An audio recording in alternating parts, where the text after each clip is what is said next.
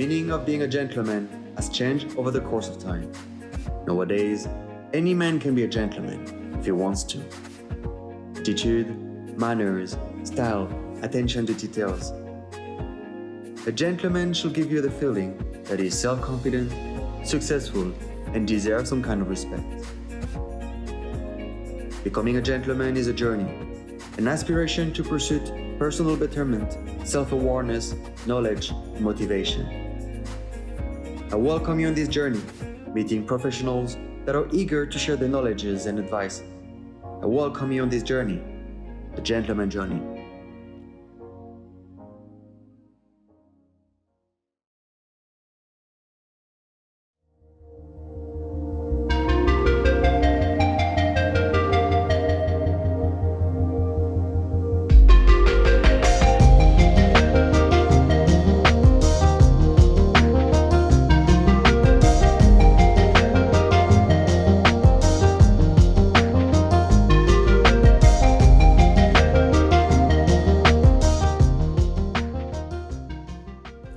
Hello, Yann. How are you doing? Happy to see you. Nice to see you too. Have a seat, make yourself comfortable. Thank you. You know, we know each other for quite some time now. It's been a few years. And I know you're so passionate about cocktail. I am. It's And amazing. I have so many questions. I'm very curious. And I want to start where this passion for cocktails come from. I always like cooking, you know. As a kid, I was always in between my mom's leg when she was cooking, and I was always trying and tasting stuff. And you know, like as French people, we have a deep culture of flavor and food in general. And so I started working in kitchens actually, and it's from the kitchen that I ended up into the bar. Like for me, they are very similar. So my passion from cocktail is actually coming from cooking. And I always make the analogy, you know, in the kitchen, you got fire, in the bar we have ice, but it's a cooking process. We have spice and salt and pepper in the kitchen. Here, we have all these bitters to give depth and flavor to our drinks.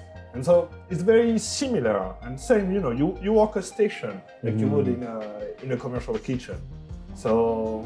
And it also brings you creativity because you can create new recipes, right? So, similar. That's what I love. Often people compare, you know, barista, sommeliers, and bartender. Well, I think there is a very different. The main difference is bartenders are generalists. You know, a barista is focused on coffee, and within coffee, you got like endless variation of flavor. You know, more sour, more roasted, etc. Different grain, different terroir. Same with wine, like the processing as well, the grapes, the varieties, the wine.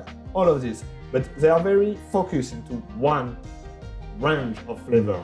As a bartender, we can explore any range of flavor. We can go from savory drink to sour, bitter, spicy, like there is no limit. Well, there might be some that I wouldn't cross, but overall, yeah, you get to be very creative behind the bar. But cocktail culture comes from North America, comes from the US. Actually, the very early day of settlement. When the settler and a lot of Irish settlers and Scottish went to the US, they wanted to replicate what was already happening in Scotland and Ireland, and they wanted to distill alcohol, especially in the American South, where you had abundance of corn. It was a new crop. At the beginning, though, the quality of the alcohol produced was quite low, simply because they didn't have all the metallurgy or the experience. The experience. They had the experience, like they brought the experience with them, but they didn't have the tool, and you couldn't forge a huge copper steel of high quality in the early day of America. So simply the quality of spirit overall was lower.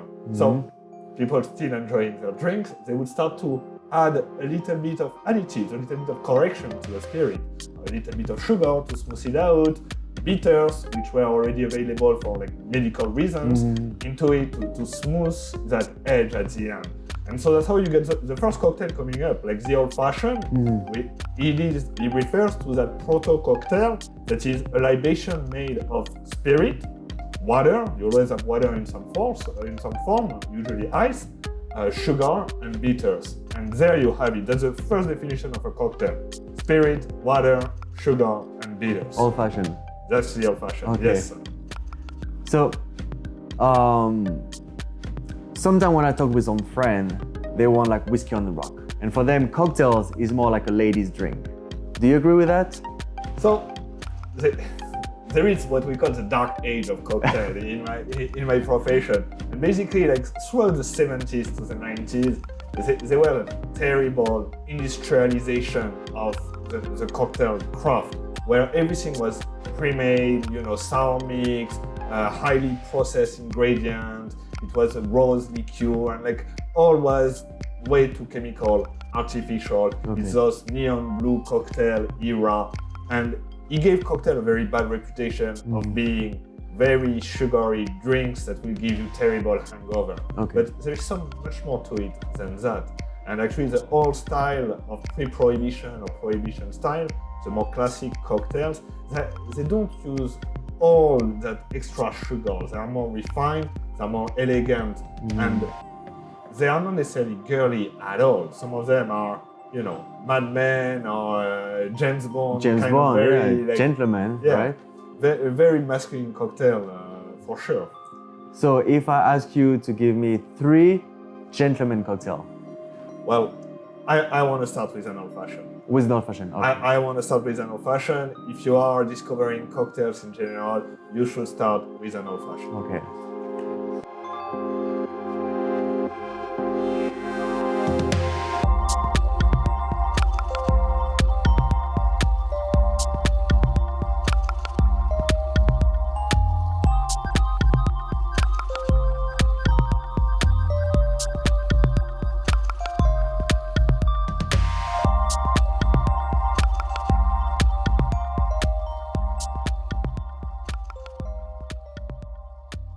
This, to me, an old-fashioned, as I said earlier, is a proto-cocktail. It's the first definition of a cocktail. It is its simplest expression.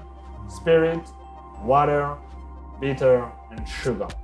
And here, I'm not about to change the flavor of that bourbon, that American whiskey. I'm just here to smooth it out, to remove the acid, the alcohol nature of it. But it's not supposed to be very sweet, it's not supposed to be very bitter. It's just here to smooth out the edge, so you don't have the alcohol aftertaste. And on the nose, it doesn't smell like alcohol. No. It smells like that citrus, that bright orange. So you still taste fully the whiskey. It should taste. You have the body of the body of the whiskey. Entirely. But then the sweetness and the sourness of the agrim, right? Just make it very smooth. It's just about, I always say cocktail is about making alcohol easy to drink. And that's just what we are doing here. We are making that bourbon so easy to drink. It's delicious. Next one, James Bond's drink. James Bond's drink. Well, James Bond, the famous cocktail is called a Vesper Martini, named after one of his conquests. Often you hear like shaken, not stirred, with an olive. Bartender hate it. Okay. Because to us, shaking bruises the gin. You mute the top note, the delicate flavor or aromatic of the gin. If you shake it, it gets too cold, and we say it bruises the gin. Basically, you mute some of its flavor. So we rather stir the drink rather than shaking it. But you don't shake a martini. You don't shake a martini. And what about the green olive? So olive or twist. So it's a thing in martini. Either you go for the garnish with an olive, okay, and then you have a hint of saltiness from the brine, or you go for something more aromatic with a lemon peel, like a lemon twist on the nose to enhance that citrus element. Yeah. So it's a choice, but don't ask for both. Okay. It's olive or twist. And the last one? So it's a whiskey sour. Whiskey sour. It's a classic Boston-style whiskey sour. I say Boston-style because it refers to the egg whites we use in a cocktail that create that lovely foam. Egg white, the protein is a texturant, and it traps those air bubbles on top.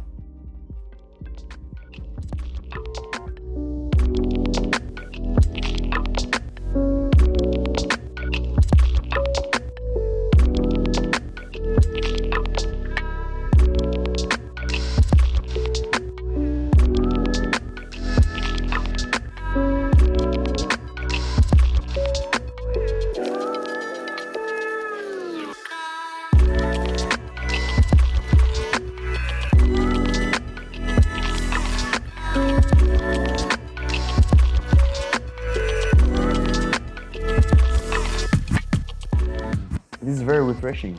It should be, yes. It is refreshing. So it's just bourbon, whiskey, once again, with fresh lemon juice, a little bit of simple syrup, a blend of bitters, and those egg whites. And I don't feel, to me, it's not a strong cocktail. It's very smooth. It is very smooth. Those ones are much more spirited, but this one is a shaken cocktail, and immediately you cut through the alcohol. But the egg white gives it kind of texture. Yes, the egg white is a texturant. It creates a foam on top, and it has a lingering feeling on the palate, but it doesn't taste like egg. There is no egg flavor at all. I have one more question. So now we have like 3 gentlemen's drink. We have the old-fashioned, dry martini, whiskey sour. What if tomorrow I go on a date in a bar? Do you think there is a cocktail that suits for a date? Or if I go a meeting, usually when we do business, we have maybe a pre-meeting, or we like to bring the boss to a bar and like having some conversation. Do you think there's a cocktail that fits more those occasions? So I actually given it some thought. For a date, I like to go for Moscow Mule. So it's a simple drink. It's a vodka, lime, and ginger beer.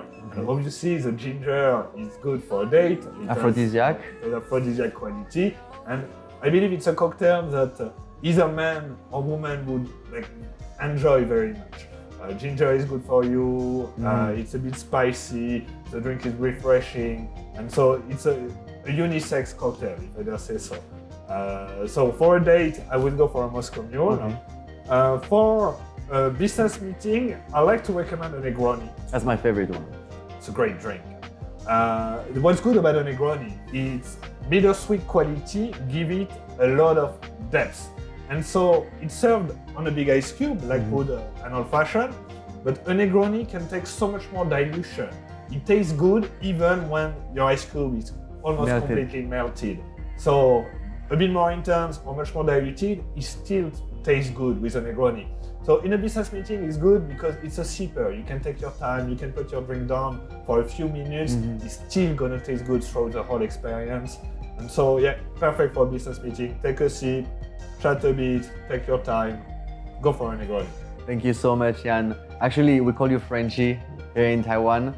And I know that since last year, you started to record a lot of video on your Instagram to share with people how to make cocktails at home. I've been trying. What's the name of the Instagram? My Instagram is called Frenchie Teaches Cocktails. So as easy as it gets. And I'm always amazed. I love looking at your video because you have like a beautiful garden at home, and you take all the time like the spices or like some ingredients from your garden. You make cocktails looks fun. Because we feel when we see a bartender, we think it's very complicated, and we all want to do cocktails at home. But when I see your videos, I'm always like, oh, I want to do this. I want to try that, So I really hope that everyone can look at your video and can also like learn about cocktails. Thank you. Making cocktail is fun. You get to be creative. And if you have a garden, nothing beats fresh. Like herbs from the garden is always fantastic in a cocktail. Thank you for sharing all those knowledge with me. Cheers. Santé. Santé.